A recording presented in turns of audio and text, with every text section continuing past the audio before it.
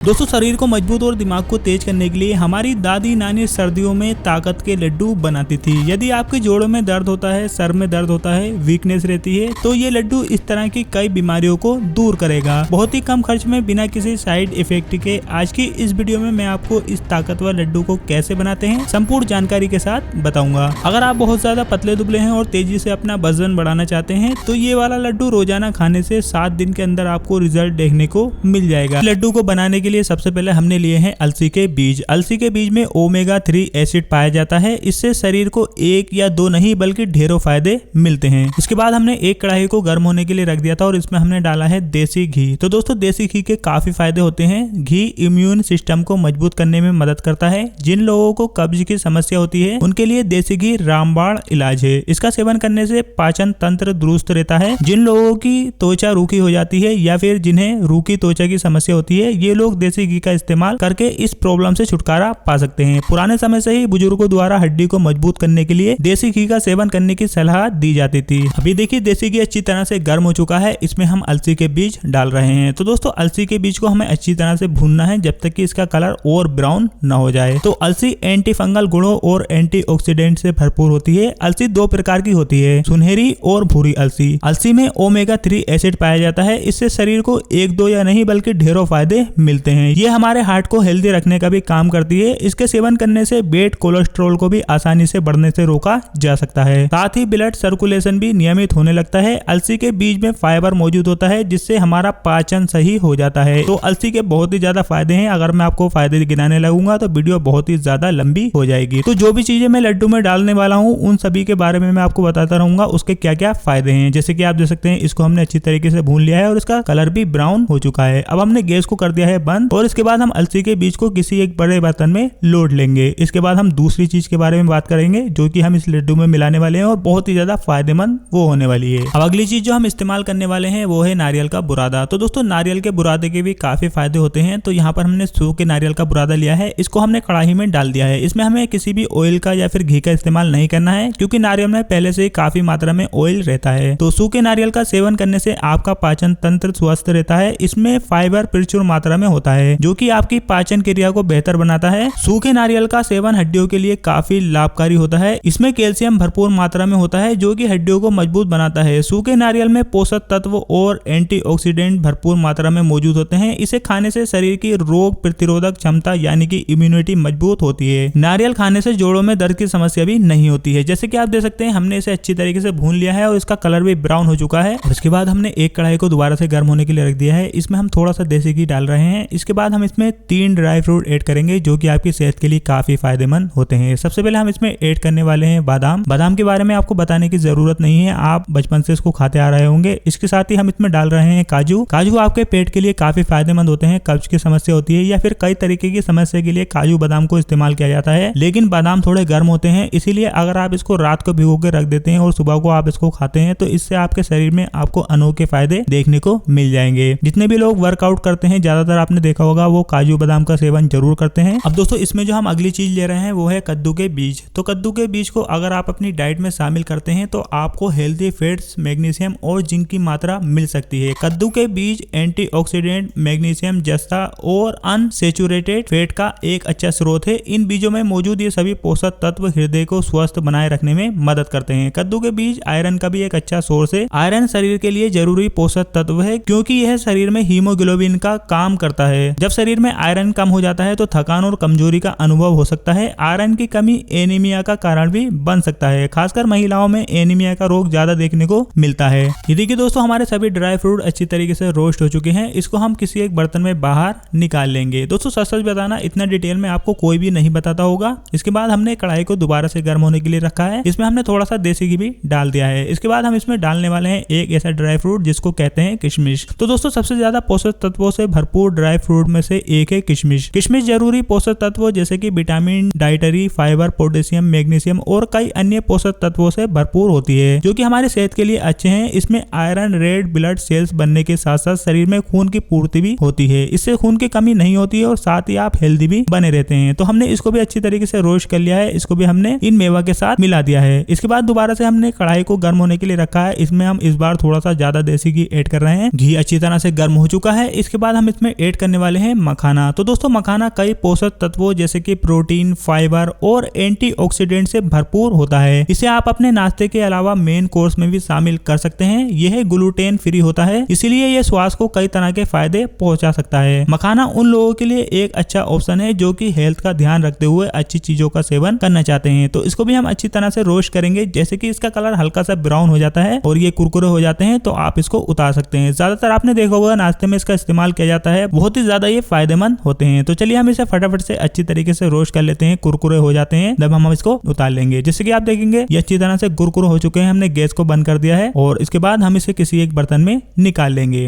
कढ़ाई तो हमारी पहले से ही गर्म है। इसमें इस बार हमने देसी घी थोड़ा ज्यादा डाला है। इसमें हम डालने वाले हैं एक ऐसी चीज जो कि सर्दियों में काफी खाई जाती है, जिसको बोलते हैं गोंद। तो दोस्तों सर्दियों में गर्माहट लाने के लिए गोंद का इस्तेमाल किया जाता है। गोंद खाने से शरीर में ताकत आ जाती है और सर्दियों में बॉडी भी गर्म रहती है। गोंद से बनी चीजें खाने से दिल की बीमारियों का खतरा कम होता है। सर्दियों के मौसम में गोंद खाने से जोड़ों के दर्द यानी कि जॉइंट पेन से छुटकारा मिल जाता है। सर्दियों के मौसम में ज्यादातर लोगों को जोड़ों में दर्द की शिकायत हो जाती है, तो उन लोगों को गोंद का सेवन करना चाहिए। गोंद का सेवन करने से रोग प्रतिरोधक यानी कि इम्यूनिटी क्षमता भी बढ़ती है, जिससे कि किसी भी तरह के वायरल इन्फेक्शन से भी काफी हद तक बचने में मदद मिलती है। गोंद का सेवन करने से कमजोरी यानी कि वीकनेस की शिकायत भी दूर हो जाती है। अगर किसी को ज्यादा थकान या कमजोरी महसूस होती है, किसी भी काम को करने में जल्दी थक जाते हैं, तो वो गोंद का इस्तेमाल कर सकते हैं। जैसे कि हम घी को गोंद में डालेंगे तो ये बिल्कुल खीलों की तरह खिल जाते हैं। तो इसी तरीके से आपको इसको अच्छी तरीके से एक बार फ्राई कर लेना है। जैसे कि आप इसको अच्छी तरीके से फ्राई करेंगे तो ये खीलों की तरह बिल्कुल सॉफ्ट हो जाते हैं। आप इसे इसी तरीके से भी खा सकते हैं या फिर आप जैसे कि हम लड्डू में इसको डालेंगे उस तरीके से भी आप इसको डाल सकते हैं। तो गोंद कई तरीके के आते हैं, जैसे कि नीम का गोंद भी आता है, बबूल का गोंद भी आता है और भी कई तरह के गोंद आपको मार्केट में मिल जाएंगे। तो इस समय जो भी आपको गोंद मिले वो आप ले सकते हैं। बबूल का भी काफी फायदेमंद होता है, नीम का भी होता है। तो ये हमारा गोंद अच्छी तरह से फ्राई हो चुका है। गोंद फ्राई होने के बाद ये खीलों की तरह जैसे कि इस तरह से खिल जाता है। इसको हम किसी एक बर्तन में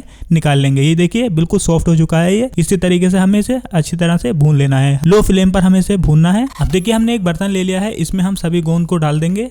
तो यहाँ पर हम गोंद को अच्छी तरह से इसमें लोड लेते हैं। अब इसके बाद देखिए हमारी सभी चीजें रेडी हो चुकी हैं। इसके बाद हमने गुड़ भी लिया है। गुड़ को कैसे इस्तेमाल करना है वो आगे मैं आपको बताऊंगा। सबसे पहले मैं आपको इसको रेडी करके दिखाता हूँ। तो इसके लिए हमने जो अलसी को फ्राई किया था उसको हम सबसे पहले क्या करेंगे, हमें इसे मिक्सी के जार में डाल के अच्छी तरह से ग्राइंड करना है। इसको पीसना है हमें, लेकिन याद रखें दोस्तों इसको आपको ज्यादा बारीक नहीं पीसना है। अगर आप इसको ज्यादा बारीक पीस लेंगे तो लड्डू आपके बहुत ही ज्यादा मुलायम हो जाएंगे। इसीलिए आप इसको हल्का सा भुरभुरा रखिए। जैसे कि आप देख सकते हैं हमने इसको ग्राइंड कर लिया है और ये मतलब थोड़े से मोटा आपको दिखाई दे रहा होगा। ये देखिए इस तरीके से ही आपको इसको इसी तरीके से आपको इसको ग्राइंड करना है। भी हमारे पास अलसी के बीज थे, सभी को हमने अच्छी तरह से ग्राइंड कर लिया है। इसके बाद हमारे पास जो मखाने हैं इसको भी हम अच्छी तरीके से ग्राइंड कर लेंगे। ये देखिए हमने मखानों को भी अच्छी तरह से पीस लिया है। इसको हमने ज्यादा बारीक नहीं पीसा है। अब इसको भी हम अलसी के बीज के साथ ही मिला देंगे। इसके बाद हमारे पास जितने भी ड्राई फ्रूट जो हमने अभी रोस्ट किए थे उसको भी हम अच्छी तरह से मिक्सी के जार में डाल के ग्राइंड कर लेंगे। तो ये देखिए हमने सभी को डाल दिया है। अब इसके बाद हम इसे अच्छी तरह से ग्राइंड कर लेते हैं।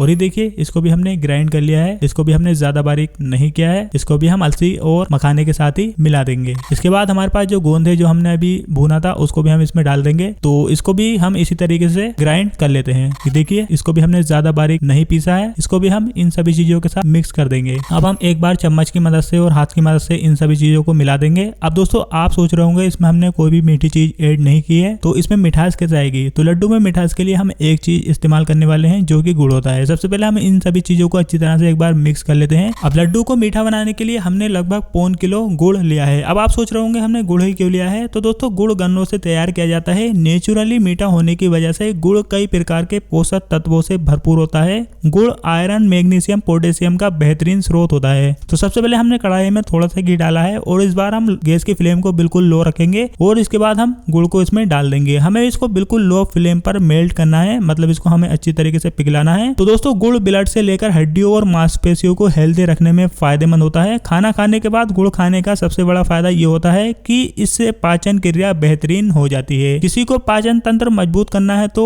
उसको रोजाना गुड़ का सेवन करना चाहिए। ऐसा करने से गैस, बदहजमी और मतली आने जैसी शिकायतों से छुटकारा मिलता है। गुड़ खाने से शरीर की हड्डियां मजबूत हो जाती हैं। जैसे कि आप देख सकते हैं हमारा गुड़ अच्छी तरह से पिघल चुका है, मेल्ट हो चुका है और आप देख सकते हैं ये बिल्कुल चॉकलेट की तरह आपको देखने को मिल रहा होगा।